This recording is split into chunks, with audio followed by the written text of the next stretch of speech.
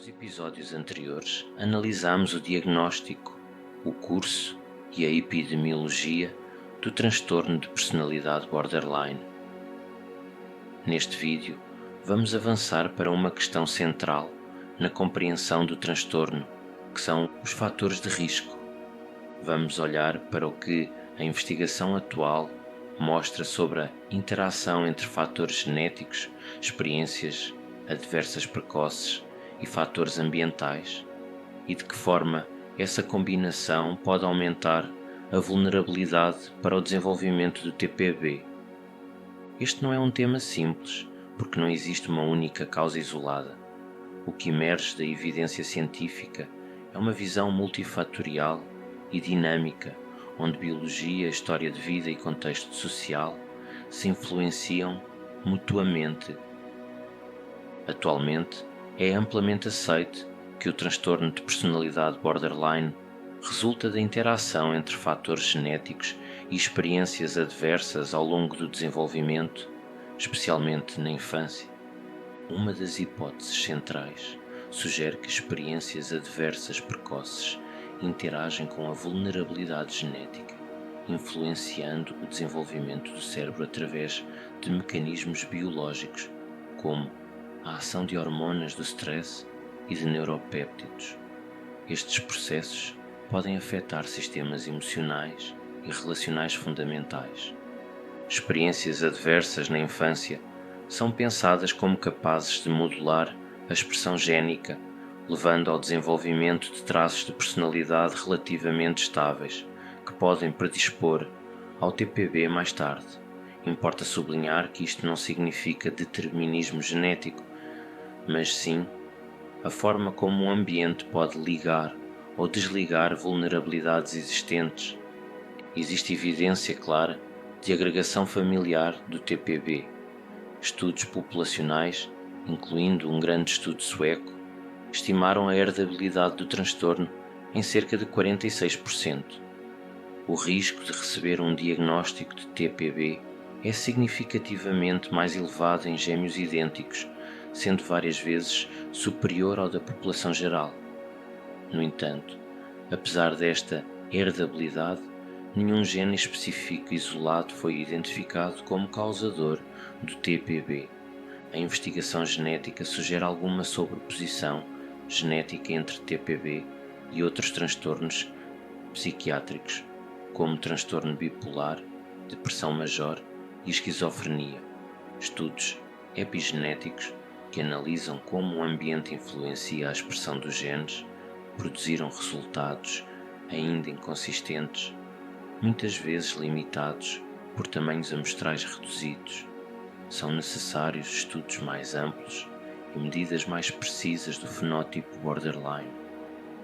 Para além da genética, as experiências adversas na infância surgem como um dos fatores de risco mais consistentes.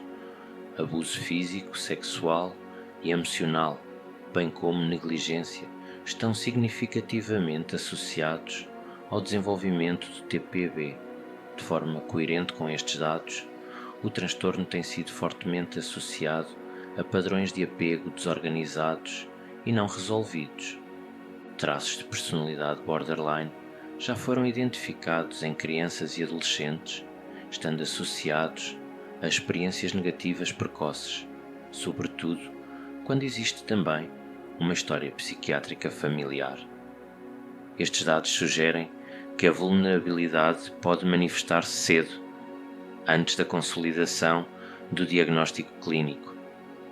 É importante notar que, embora fatores psicossociais como o maltrato aumentem o risco de TPB, estes fatores não são específicos do transtorno.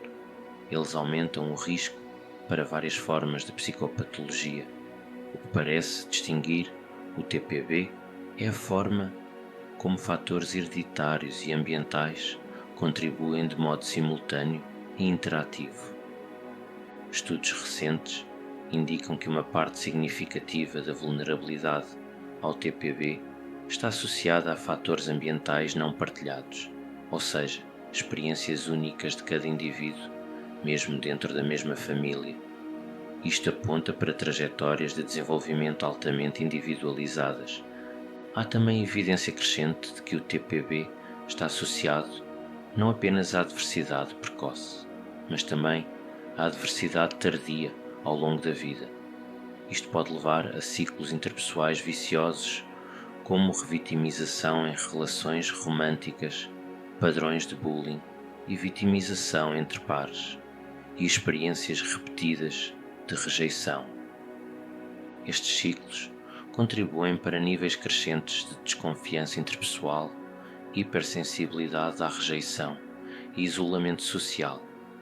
Além disso, fatores mais amplos, como privação social e desigualdade social, parecem aumentar o risco de desenvolvimento e manutenção do TAPB, reforçando sentimentos de injustiça, exclusão e ameaça social. Em conjunto, estes achados apontam para a necessidade de compreender o risco para o transtorno de personalidade borderline a partir de uma perspectiva ampla, socioecológica e transacional, onde fatores biológicos, psicológicos e sociais se influenciam continuamente ao longo do tempo. Em síntese, o transtorno de personalidade borderline não resulta de uma causa única, mas de uma combinação complexa de vulnerabilidades genéticas, experiências adversas e contextos relacionais e sociais que interagem ao longo do desenvolvimento. Compreender estes fatores de risco é essencial para promover prevenção, detecção precoce e intervenções mais ajustadas à realidade de cada pessoa. No próximo episódio, vamos avançar para a neurobiologia do transtorno de personalidade borderline, explorando o que a investigação revela sobre os sistemas cerebrais envolvidos na regulação emocional, na impulsividade e nas relações interpessoais. Se este vídeo te ajudou a compreender melhor os fatores de risco associados ao TPB, deixa um like, partilha com alguém a quem este conteúdo possa ser útil e continua a acompanhar esta série. Obrigado por estares desse lado. Continuamos no próximo episódio.